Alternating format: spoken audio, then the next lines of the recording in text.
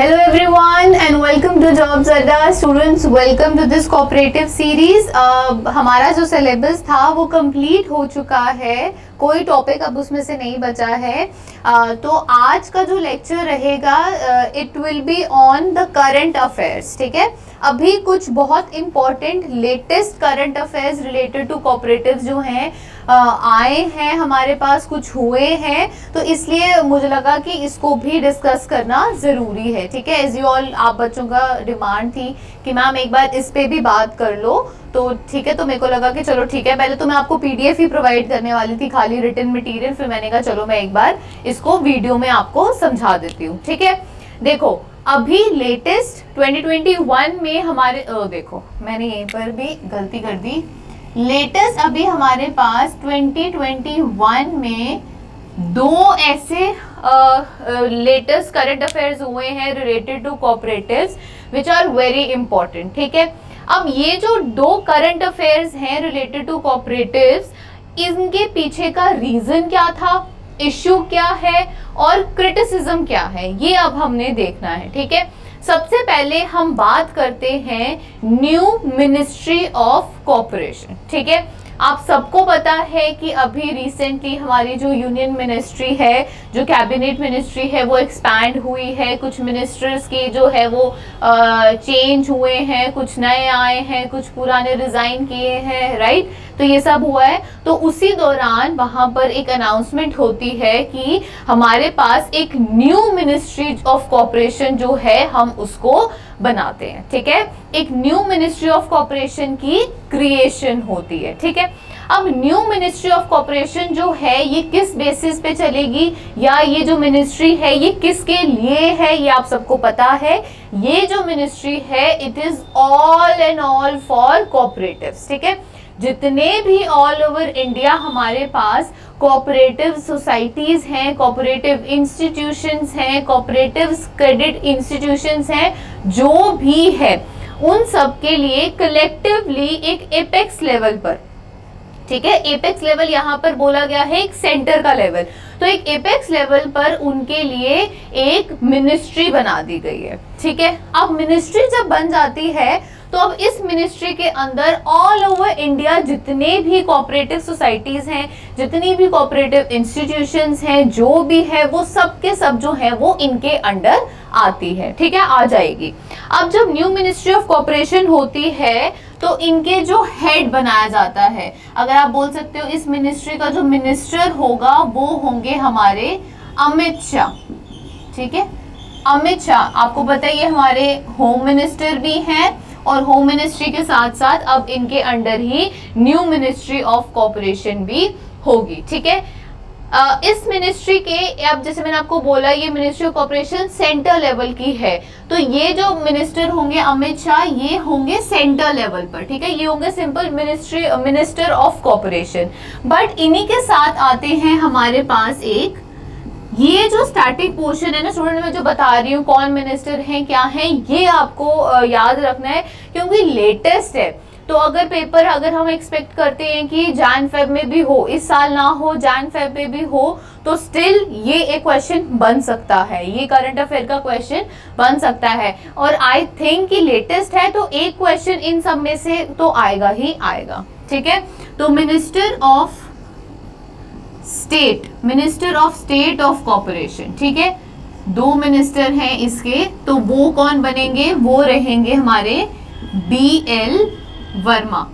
ठीक है, BL वर्मा हमारे मिनिस्टर रहेंगे क्या, minister of state of cooperation. ठीक है, एक रहेंगे हमारे मिनिस्टर ऑफ कोऑपरेशन जो सेंटर लेवल पे, जो कि अमित शाह होंगे, उनके नीचे रहेंगे minister of state of cooperation. ऐसा होता है ना, minister of state of agriculture, फिर मिनिस्टर ऑफ स्टेट ऑफ ऐसे जो डिपार्टमेंट के हर टाइप के होते हैं, एक सेंटर लेवल पर होता है फिर एक मिनिस्टर ऑफ स्टेट का होता है। ये जो मिनिस्टर ऑफ स्टेट है ये हर स्टेट लेवल पर अपना देखेंगे, मगर जो ये अमित शाह जी होंगे जो मिनिस्टर ऑफ कोऑपरेशन के होंगे, ये क्या करेंगे, ऑल ओवर द कंट्री जो है ये उनके सब कोऑपरेटिव्स को देखेंगे। ठीक है, अब ऑब्जेक्टिव क्या था न्यू मिनिस्ट्री ऑफ कोऑपरेशन बनाने का, तो इनका ये था कि जो जितने भी कंट्री में जो भी अब डेवलपमेंट हो, अगर किसी भी मतलब किसी भी तरीके पे हो, किसी भी सेक्टर पे हो, जिसके भी थ्रू हो, तो वो जो जरिया है डेवलपमेंट एंड ग्रोथ का, वो क्या होना चाहिए?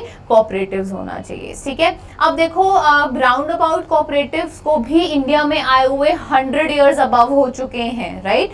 तो 100 इयर्स से भी ऊपर अब जाकर वापस इंडिया को ये एहसास हो रहा है कि भाई cooperatives are very very important for our growth and development of the country and for each and every sector, है ना? एक खाली एग्रीकल्चर सेक्टर के लिए तो चलो कोऑपरेटिव्स आर वेल डेवलप्ड, है ना, मगर बाकी सेक्टर्स को भी फ्लरिश करने के लिए, बाकी सेक्टर्स को भी अपलिफ्ट करने के लिए कोऑपरेटिव्स में उन्होंने बोला कि हम एक मिनिस्ट्री बना देते हैं, मिनिस्ट्री ऑफ कोऑपरेशन, जो ऑल ओवर द इंडिया जो है सारे कोऑपरेटिव्स को देखेगी। ठीक है, अब देखो स्टूडेंट, इसमें बात क्या हुई? ठीक है, जब इसमें आपने और याद क्या रखना है इसका कि इनका मोटो क्या था। ठीक है, हर जो मिनिस्ट्री नहीं होती है उसका एक मोटो बनता है, या आप बोल सकते हो उनका एक विजन रहता है। तो इनका विजन जो क्या था? सहकार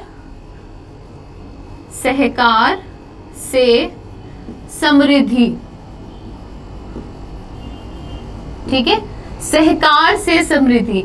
सहकार से समृद्धि का मतलब ये होता है, सहकार होता है साथ, समृद्धि होती है डेवलपमेंट। ठीक है, साथ मिलके ग्रो करेंगे, साथ मिलकर, साथ रहकर, साथ में काम कर जो है हम ग्रोथ और डेवलपमेंट करेंगे इस कंट्री की या किसी भी सेक्टर की। ठीक है, तो ये इनका विजन रहा। और ये अब ऑब्जेक्टिव देखो, अब ये तो था कि इनका ऑब्जेक्टिव क्या, अब इनका मेन ऑब्जेक्टिव इसमें और ये भी था कि भाई कोऑपरेटिव जो है बहुत सारे स्टेट्स में ऐसी है कि जो बहुत फ्लरिश्ड हैं, और कई स्टेट्स इंडिया में ऐसी हैं जहां पर कोऑपरेटिव्स बिल्कुल भी नहीं है।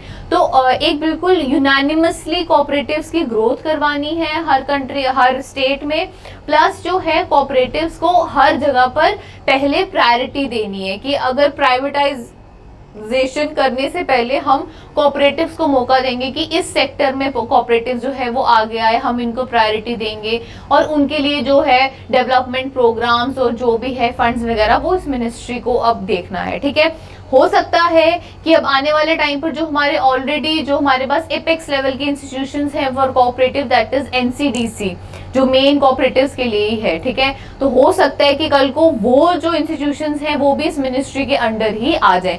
अभी और इस मिनिस्ट्री की फंक्शनिंग के बारे में अभी कोई बात नहीं हुई है, ना ही कोई फुल डिटेल आई है, but now it is your duty कि आपने डेली जो है इस खबर पर नजर रखनी है, इस न्यूज को देखते रहना है, इस करंट अफेयर को टच पे रहना है कि जैसे कोई भी नई डेवलपमेंट होती है इस मिनिस्ट्री में तो आप उसमें इसमें ऐड ऑन कर सकते हो। ठीक है, अब बात करते हैं इसकी क्रिटिसिज्म की, जो मेन पॉइंट है। ठीक है, मिनिस्ट्री ऑफ कोऑपरेशन जब बनती है तो ये अपने साथ में लाता है क्रिटिसिज्म। ठीक है, अब ये क्रिटिसिज्म क्या लाती है? बहुत सारे लोग जो हैं अब इसको क्रिटिसाइज कर रहे हैं। उन लोगों में चलो ऑपोजिशन को तो हम कंसीडर नहीं करते बिकॉज उनका तो काम है, वो तो बोलेंगे। अगर हम बात करें, बहुत सारे एक्सपर्ट्स हैं जो इस पे क्रिटिसाइज कर रहे हैं, प्लस बहुत सारे ऐसे पुराने कोऑपरेटिव के एक्सपर्ट्स हैं जो इसको क्रिटिसाइज कर रहे हैं। अब आप गेस करो कि इसको क्रिटिसाइज क्यों किया जा रहा है, बताओ। ये बहुत इंपॉर्टेंट है स्टूडेंट्स। अब इसको क्रिटिसिज्म जो मिल रहा है, that criticism is not actual criticism, that is fact. वो जो क्रिटिसाइज कर रहे हैं, वो जो इस न्यू मिनिस्ट्री ऑफ कोऑपरेशन को अपोज कर रहे हैं, दैट इज अ फैक्ट। वो एक फैक्ट है और वो वैसा ही होना चाहिए। आप सबको पता है कि जो कोऑपरेटिव है it is a state subject, right? Cooperative क्या है? Cooperative is a state subject, मतलब ये प्रोविंशियल जो हमारी लिस्ट है उसमें ये प्रेजेंट है, right? Entry number 32, entry number 32 के अंडर जो कोऑपरेटिव्स है ये प्रोविंशियल लिस्ट में जो है ये एंटर्ड है, ये प्रोविंशियल लिस्ट के अंडर है। ठीक है, अब प्रोविंशियल लिस्ट या कोई भी ऐसा डिपार्टमेंट जो स्टेट लिस्ट के अंडर होता है, उसका मतलब क्या किया गया? उसका मतलब ये हुआ कि जो भी ये चीज है, इस पे पूरा का पूरा जो हक है, इस पे पूरा का पूरा जो भी उसके rules, regulation, functioning, management, administration, each and everything जो है वो स्टेट के अंडर होगा। ठीक है, स्टेट सब्जेक्ट वो होता है, वो सब्जेक्ट होगा या वो जो डिपार्टमेंट होगा या जो वो सेक्टर होगा, उस पे पूरा का पूरा जो कंट्रोल और पावर होगी वो किसकी होगी? वो स्टेट की होगी। उस पर सेंटर का कोई रोल नहीं होगा।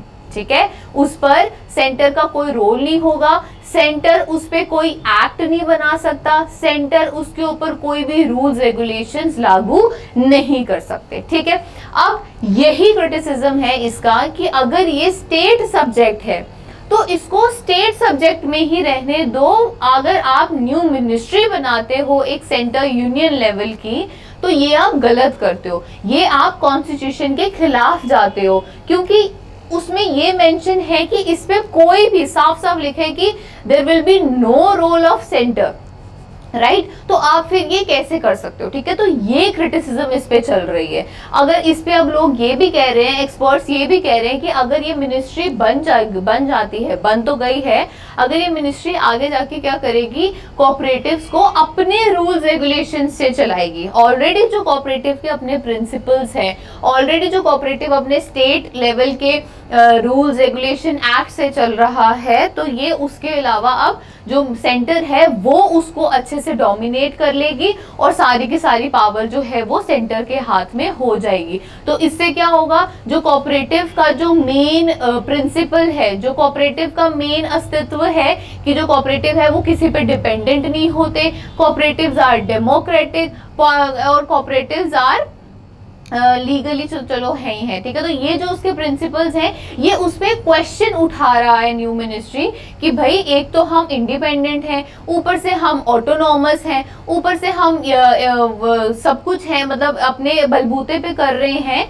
तो आप हमारे पे कोई भी कंट्रोल नहीं कर सकते। ठीक है, अब ये चीज था इसकी क्रिटिसिज्म कि मिनिस्ट्री के ऊपर ही क्रिटिसिज्म हुआ, but it is a important point, it is a fact. आप नहीं कर सकते, सेंटर के पास कोई रोल नहीं है, सेंटर के पास कोई पावर नहीं है कि वो किसी स्टेट सब्जेक्ट के ऊपर अपना एक्ट लेकर आए या अपना जो है नई मिनिस्ट्री कर दे। ठीक है, ऑब्वियसली स्टूडेंट्स, अगर ये मिनिस्ट्री बन गई है, ये स्टेट लिस्ट में जब ये एंटर्ड है ऑलरेडी, तो फिर इसका तो कोई मतलब ही नहीं रहा ना, क्योंकि सारी कंट्रोल पावर तो ये मिनिस्ट्री करने वाली है, सारा मैनेजमेंट यही करने वाली है, सारी कोऑपरेटिव्स की देखभाल यही करने वाली है। तो फिर जो ऑलरेडी आपने कोऑपरेटिव्स के लिए एपेक्स लेवल पर इंस्टीट्यूशंस बनाए हैं, तो फिर उनका क्या काम है ना? सुनने में तो आया है, एंड आई थिंक कि देयर आर चांसेस 60% की जो एनसीडीसी वगैरह है वो भी इन्हीं के अंडर ही आ जाएंगे। तो फिर उन चीज का भी फन क्या रहा, है ना? अगर आपने एनसीडीसी को एक एपेक्स लेवल पर ऑलरेडी एक इंस्टीट्यूशन बना रखा है कि जो कोऑपरेटिव्स को देखभाल कर रहा है, तो फिर there is no need of making this new ministry. ठीक है, तो ये सब क्रिटिसिज्म जो है, जो एक्सपर्ट से आ रही हैं और जो ऑपोजिशन भी ऑब्वियसली क्रिटिसाइज कर रहा है। ठीक है, actually it is against your constitution. ठीक है, ये हमारे कॉन्स्टिट्यूशन के खिलाफ है। अगर आपके कॉन्स्टिट्यूशन में ये चीज लिखी गई है तो आप उसके ऑपोजिट नहीं चल सकते। हाँ, आप उसके ऑपोजिट नहीं चल सकते, आपको वो जो लिखा गया है आप उसको जो है फॉलो करना ही पड़ेगा आपको। तो this is against our constitution, या बोल सकते हो कि जो प्रोविंशियल लिस्ट है वो प्रोविंशियल लिस्ट ही रहेगी, उस पे फिर उन्हीं का ही रोल होना चाहिए और किसी का रोल नहीं हो। ठीक है, अगर सेंटर को ऐसा लगता है कि भाई कोऑपरेटिव्स में डेवलपमेंट होनी चाहिए, नहीं हो रही है, ऑलरेडी इतने इंस्टीट्यूशंस हैं, तो आप उन इंस्टीट्यूशंस के लिए नए प्रोग्राम्स और डेवलपमेंट एक्टिविटीज लाओ। आप उन जो इंस्टीट्यूशंस हैं उनको स्ट्रॉन्ग करो, आप स्टेट लेवल पर प्रोग्राम्स अनाउंस कर दो, तो वो चीज आप कर सकते हो। आप या वो आप उनको एडवाइस कर सकते हो कि भाई आप थोड़ा सा आप कमर कस लो, थोड़ा सा जो लीनियंसी उसको खत्म करो, थोड़े से स्ट्रिक्ट हो जाओ। मगर आप अपने लेवल पे नई मिनिस्ट्री लेकर आ रहे हो, तो दैट इज नॉट गुड। ठीक है, अब देखो होता क्या है, कोऑपरेटिव जितने भी हैं, जो बड़े बड़े जो कोऑपरेटिव्स हैं ऑलरेडी, वो जितने भी आपको आज आप नाम सुनते हो कोऑपरेटिव्स का, बड़ी बड़ी जो कंपनीज का, जैसे इफको, क्रिप्को जो भी है हमारे पास, तो अमूल वगैरह, तो ये जो है ये मल्टी स्टेट कोऑपरेटिव्स में आ जाती हैं, है ना, ये मल्टी स्टेट में आ जाती हैं। तो अगर आप मल्टी स्टेट कोऑपरेटिव सोसाइटीज की बात करते हो तो उनको इससे फर्क नहीं पड़ता, बिकॉज जो मल्टी स्टेट कोऑपरेटिव सोसाइटीज है, हमने पहले भी देखा है कि वो यूनियन लिस्ट के अंडर आती हैं, वो स्टेट लिस्ट के अंडर आती ही नहीं है, तो उनको तो इस चीज से फर्क नहीं पड़ रहा। और एक्सपर्ट्स आर सेइंग कि इन्होंने, सेंटर ने ये मिनिस्ट्री बनाने के, ये जो बनाई है ये उन्हीं के लिए ही बनाई है, इनका इसमें कोई मकसद नहीं है कि कोऑपरेटिव की डेवलपमेंट हो, जबकि इनको अगर ये बोल रहे हैं कि हम छोटी छोटी कोऑपरेटिव्स को डेवलप करना चाहते हैं डिफरेंट डिफरेंट सेक्टर में, तो ये इससे नहीं होगा, ठीक है, क्योंकि ये जो है ये तो फिर यूनियन के लिए, तो ये इसमें जो है MSCS जो आपकी मल्टी स्टेट कोऑपरेटिव सोसाइटीज हैं उनको फायदा हो सकता है, ठीक है, because they are already under the union list. मगर जो स्मॉल स्केल कोऑपरेटिव सोसाइटीज हैं, जो बिल्कुल जैसे हैंडलूम में है, वीवर्स में है, आपके सेल्फ हेल्प ग्रुप्स हैं, तो इन सबको इससे कोई फायदा नहीं होने वाला, ठीक है, वो ऑलरेडी छोटे लेवल पर ही है, वो मल्टी स्टेट नहीं है, तो वो ऑलरेडी बड़ी मुश्किल से एक ही स्टेट में फ्लरिश हो रही है, तो उनको तो स्टेट सब्जेक्ट में ही काम करना है। तो ये सब पॉइंट्स हैं क्रिटिसिज्म के, ठीक है, मैं भी कुछ खास लिख नहीं रही हूँ, I will provide you the material, तो अभी सिर्फ आप इसको समझो, ठीक है, वर्ड लाइंस छोड़ो, अभी आप सिर्फ समझो मेन पॉइंट क्या है, ठीक है। तो ये क्रिटिसिज्म रहा इसका। अब ये हुआ कब, ये डेट आपको याद रखनी है, 6 जुलाई 2021 को जो है अनाउंसमेंट होती है कि भाई न्यू मिनिस्ट्री ऑफ कॉर्पोरेशन जो है वो हमने बना दी है फॉर डेवलपमेंट ऑफ कोऑपरेटिव, जिसका विजन क्या है, सहकार से समृद्धि, जिसके मिनिस्टर रहेंगे अमित शाह और मिनिस्टर ऑफ स्टेट रहेंगे BL वर्मा, राइट, क्लियर हुआ ये चीज। चलो अब हम आते हैं हमारा एक और बड़ा इंपॉर्टेंट करंट अफेयर पर, दैट इज कि रिसेंटली सुप्रीम कोर्ट में एक जजमेंट पास की है जिसमें उन्होंने बोला कि जो 97th अमेंडमेंट एक्ट है, ठीक है, जो 97th अमेंडमेंट एक्ट है वो क्या है, अनकॉन्स्टिट्यूशनल, ठीक है, इन्होंने जो 97th अमेंडमेंट एक्ट है इसको अनकॉन्स्टिट्यूशनल जो है वो करार दे दिया है कि भाई ये जो 97th अमेंडमेंट एक्ट है दिस इज अगेंस्ट और कॉन्स्टिट्यूशन, तो इसको खारिज किया जाए, उन्होंने इसको स्ट्रक डाउन जो है वो करने को बोल दिया है, ठीक है। अब सबसे पहली बात कि 97th अमेंडमेंट एक्ट आता कब है, राइट, तो 97th अमेंडमेंट एक्ट आप सबको पता है कि ये कब आया था, 2011 में आया था, और ये एक्ट जो है विद इफेक्ट फ्रॉम कब हुआ, 2012 से हुआ, ठीक है।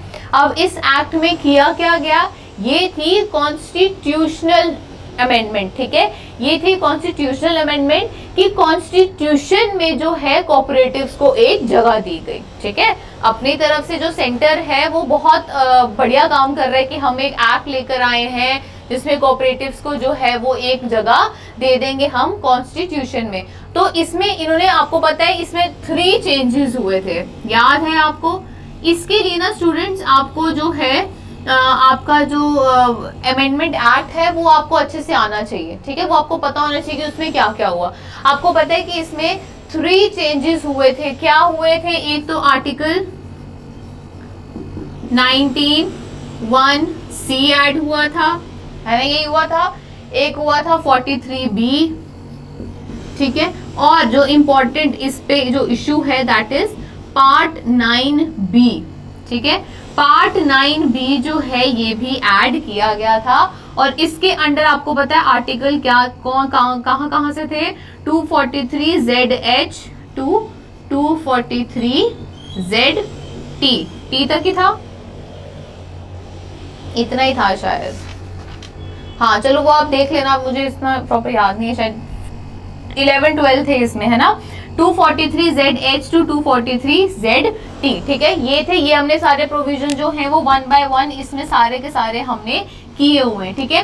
तो ये जो 3 चेंजेस हुई उसमें उन्होंने बोला कि चलो ठीक है, आपने यहाँ पर इसको फंडामेंटल राइट दे दिया, ठीक है, आपने इसको यहाँ पर fundamental right to form cooperatives दे दिया, वो चलो ये भी सब ठीक है, डायरेक्टिव प्रिंसिपल्स कर दिए, मगर जो आपने पार्ट 9B जो आपने यहाँ पर नया ऐड किया है, ये जो है दिस पार्ट इज अनकॉन्स्टिट्यूशनल, ठीक है। उन्होंने बोला जो ये जो पार्ट 9 है दिस इज अनकॉन्स्टिट्यूशनल। अब देखो हुआ क्या, जब 97th अमेंडमेंट एक्ट आता है 2011 में, तो उसके बाद जब ये 2012 को आता है तो गुजरात हाई कोर्ट में, ठीक है, मैं यहाँ लिख देती हूँ,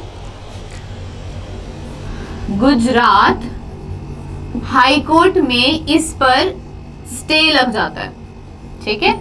जो गुजरात हाई कोर्ट में इस पर स्टे लग जाता है ये कहकर कि ये जो एक्ट है, ठीक है, ये जो एक्ट है ये अनकॉन्स्टिट्यूशनल है। पहली बात तो क्योंकि ये जो कोऑपरेटिव्स है again it is a state subject, ठीक है। ये जो कोऑपरेटिव्स है ये एक स्टेट सब्जेक्ट है, इस पे पहली बात तो कोई हक नहीं बनता किसका, सेंटर का, कि वो इस पे एक्ट लेकर आए, ठीक है। क्यों? बिकॉज ये स्टेट सब्जेक्ट है, तो स्टेट्स का ही रोल रहेगा इसमें नए रूल्स लाना, रेगुलेशन लाना या कोई एक्ट लेकर आना। तो पहली बात तो ये स्टेट सब्जेक्ट है और इस पे जो है कोई भी सेंटर जो है वो एक्ट लेकर नहीं आ सकती, ठीक है।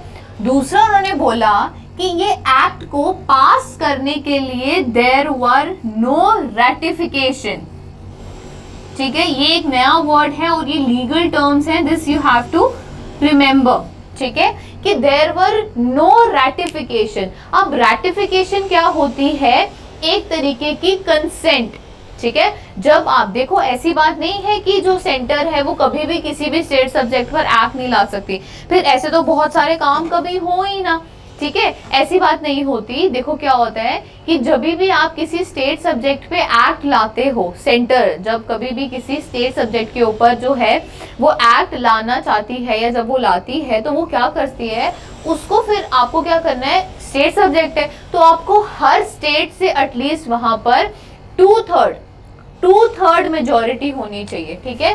2/3 मेजोरिटी की आपने स्टेट से कंसेंट लेनी है, ठीक है। जितनी भी हमारे पास टोटल अगर मेजॉरिटी होगी स्टेट की, उसकी 2/3 आपको मेजॉरिटी कंसेंट चाहिए, मतलब रैटिफिकेशन चाहिए, ठीक है।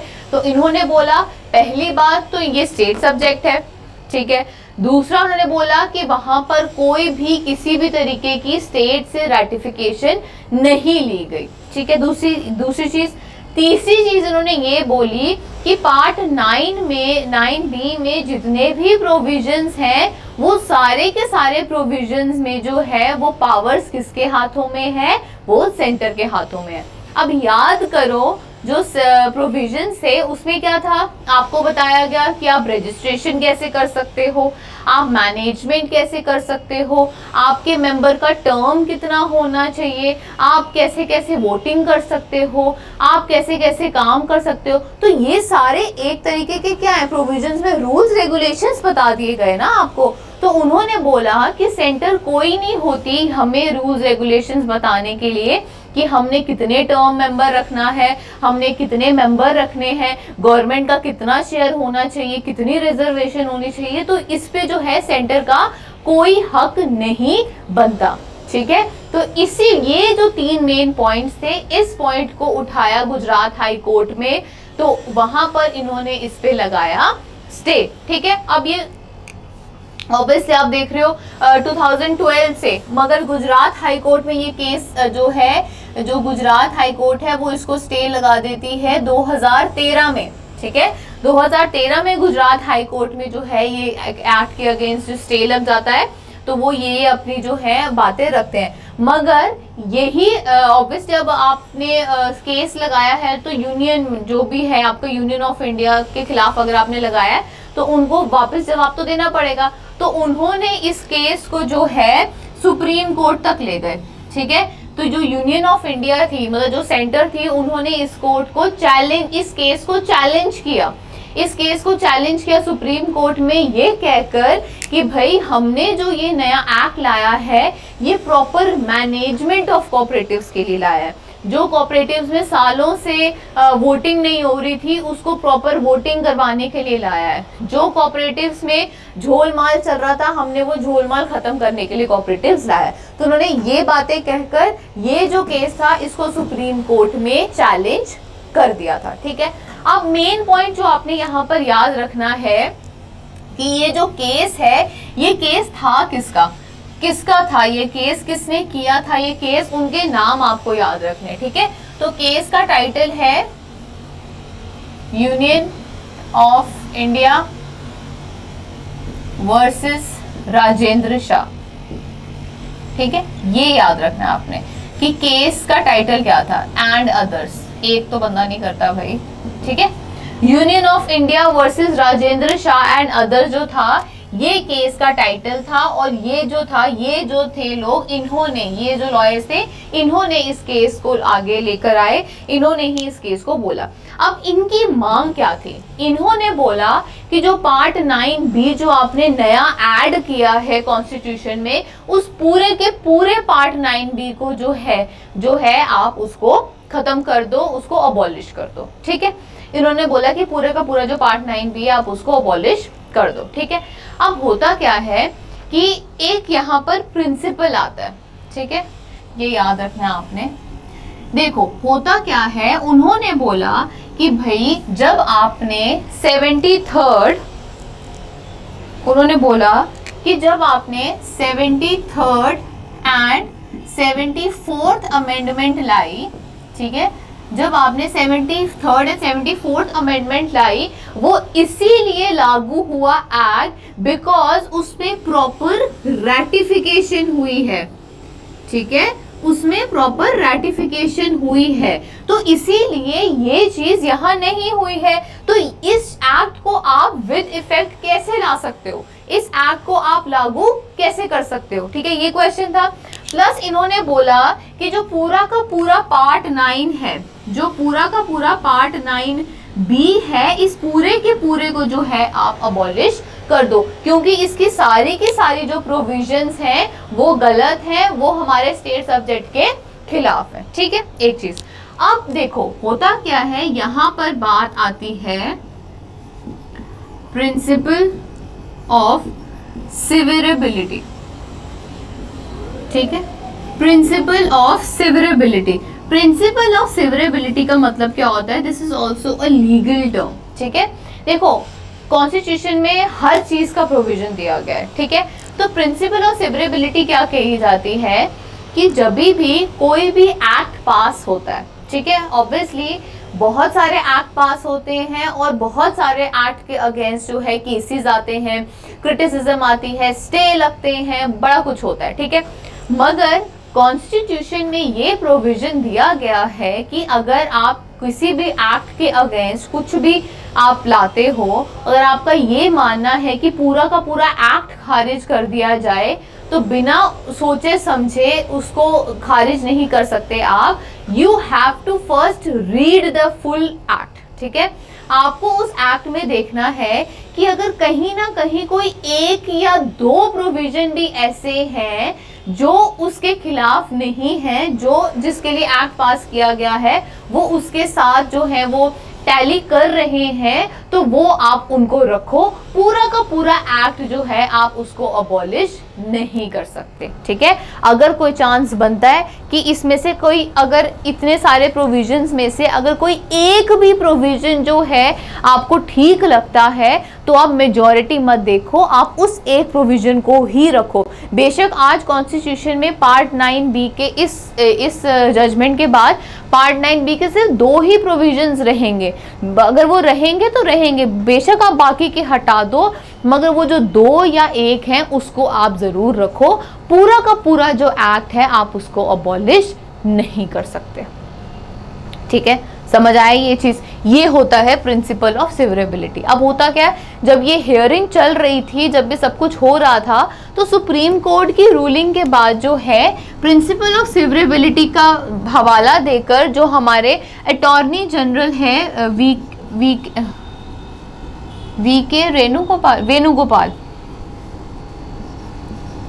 वेणुगोपाल, ये जो हमारे अटॉर्नी जनरल हैं, ठीक है, अटॉर्नी जनरल ऑफ इंडिया जो है हमारे, के वेणुगोपाल हैं शायद, मुझे अभी नाम याद नहीं आ रहा, ठीक है। तो जो ये हैं, इन्होंने ये बोला, एक स्टेटमेंट दिया कि भाई प्रिंसिपल ऑफ सेवरेबिलिटी के अकॉर्डिंगली हम जो है पूरा का पूरा एक्ट खारिज नहीं कर सकते।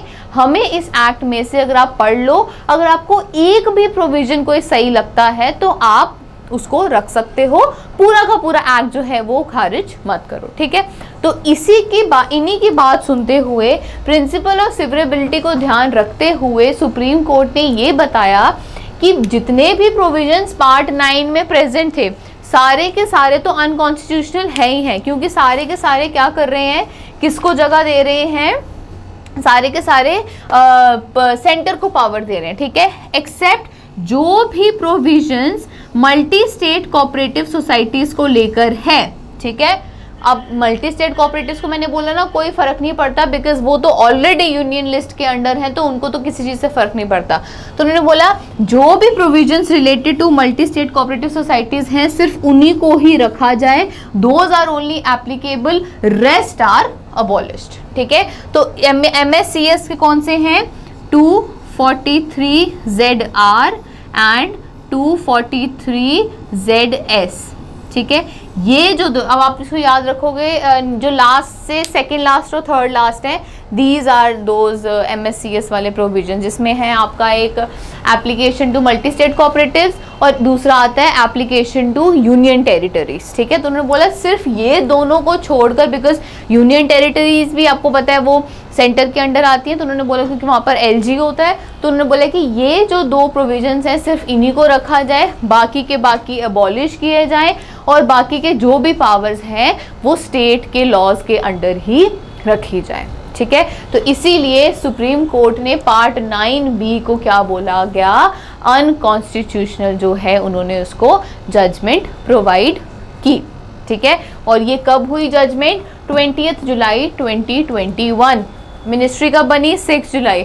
अब देखो आहिस्ता आहिस्ता इस पे भी कुछ ना कुछ क्वेश्चन आएंगे, केसेस नए होंगे और कुछ ना कुछ इसी तरीके से। मेरे हिसाब से तो दिस इज ऑल्सो अनकॉन्स्टिट्यूशनल।